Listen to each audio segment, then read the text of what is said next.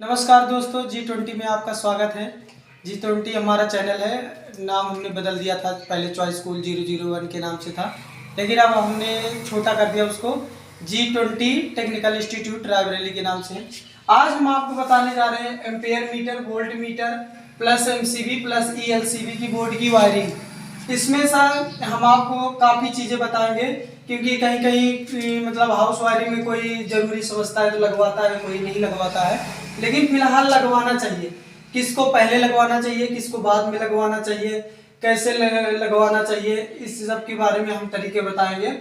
क्योंकि बहुत से कंफ्यूज हो जाते हैं, कभी पहले एम्पियर मीटर लगा देते हैं, कोई पहले वोल्ट मीटर लगा देता है। तो सबसे पहले अगर इंजीनियरिंग तरीके से समझा जाए तो सबसे पहले हम एम्पियर मीटर ही लगाएंगे। एम्पियर मीटर के बाद में वोल्ट मीटर लगाना चाहिए, इससे अच्छा रहता है। तो चलिए हम आपको बताते हैं बोर्ड एम्पियर मीटर की वायरिंग। एम्पियर मीटर को एक साइड से फेस देना है और दूसरी साइड से फेस ले लेना है, क्योंकि एक प्रकार से ये है हमारा MCB के जैसे ही काम करता है। ये करंट को दर्शाता है, ये वोल्ट को दर्शाता है। ये करंट के आधार पे काम करेगा, ये वोल्ट के आधार पर काम करेगा।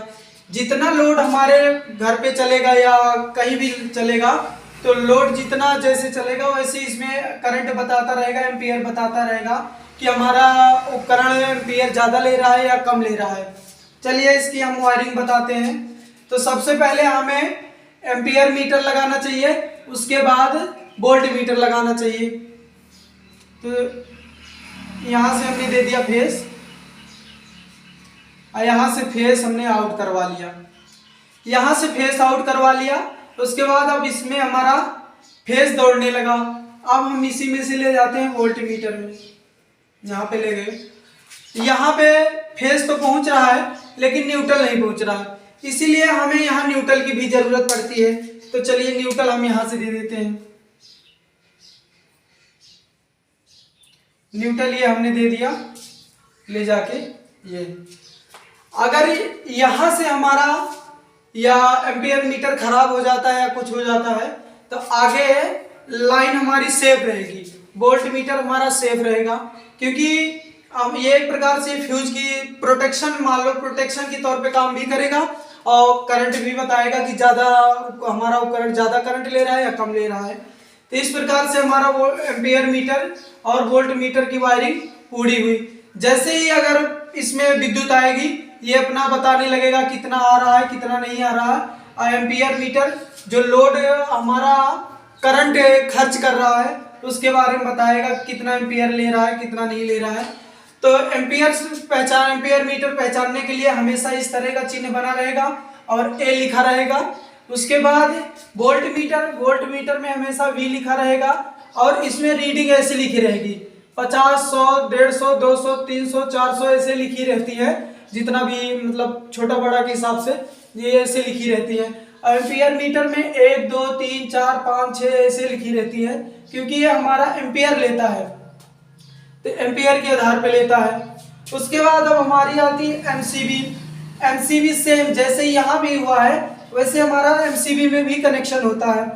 तो हम क्या करेंगे, सबसे पहले फेस को हम ले लेते हैं। यहाँ से हमने फेस ले लिया, यहाँ से हमने देखो यहाँ से इसको दे दिया।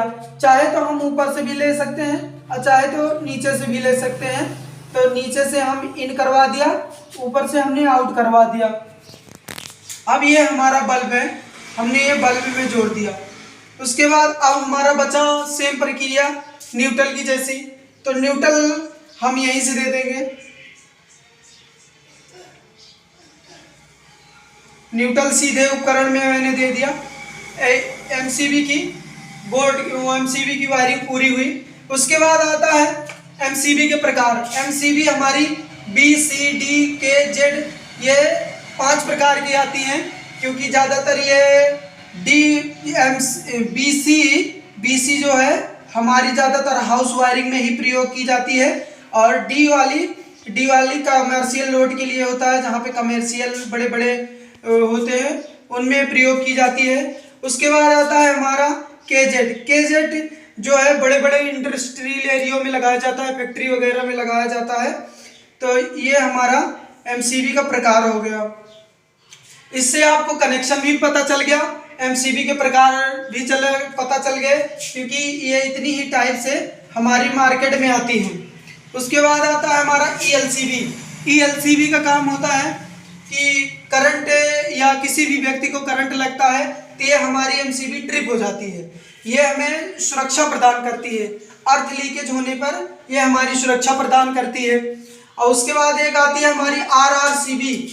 आरआरसीबी का काम होता है, ये भी सेम ईएलसीबी के ही जैसे काम करती है, तो दोनों सेम ही काम करती है। वो भी अर्थ लीकेज होने पे ट्रिप हो जाती है, और ये दूसरी वाली भी आरआरसीबी जो है वो भी ट्रिप हो जाती है।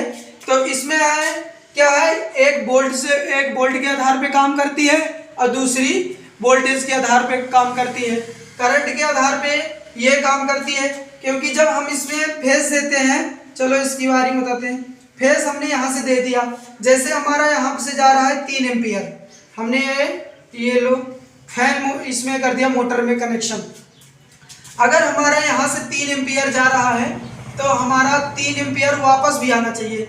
यहाँ से हमने दे दिया इसको, इसमें हमारा 3 एम्पियर आना भी चाहिए लौट के, अन्यथा ये समझेगी कि हमारा लीकेज कहीं हमारा अर्थ या करंट लीकेज हो गया है, इसलिए मतलब इसमें ये ट्रिप हो जाती है। क्योंकि इसको जैसे सेम यहाँ से 3 एम्पियर जा रहा है तो 3 एम्पियर वापस भी आना चाहिए। अगर मान लो मैंने उदाहरण के तौर पे यहाँ से लीकेज कर दिया,